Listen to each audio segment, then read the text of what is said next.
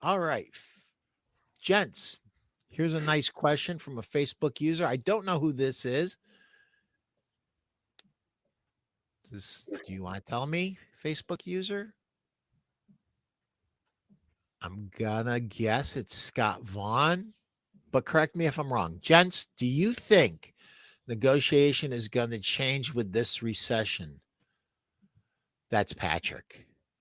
Any question with negotiations, almost always Patrick. I knew it. It's already changed, and Pat knows the answer to that. It's already changed. The whole foundation for negotiation has shifted, but the basics and the fundamentals are still there. You know, it's still important to establish the trusted advisor relationship.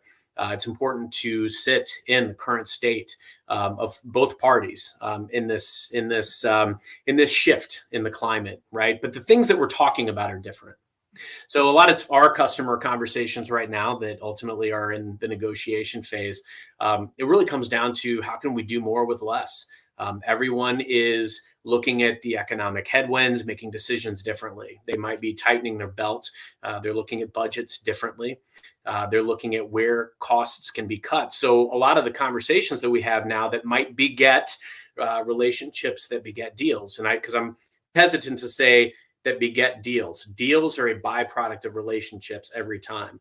But where I think the negotiation is really playing into is where we're really truly listening and at the pulse of the customer organizations. We understand their priorities, what looks different for them today, and we're helping them optimize costs or helping them open up new revenue streams.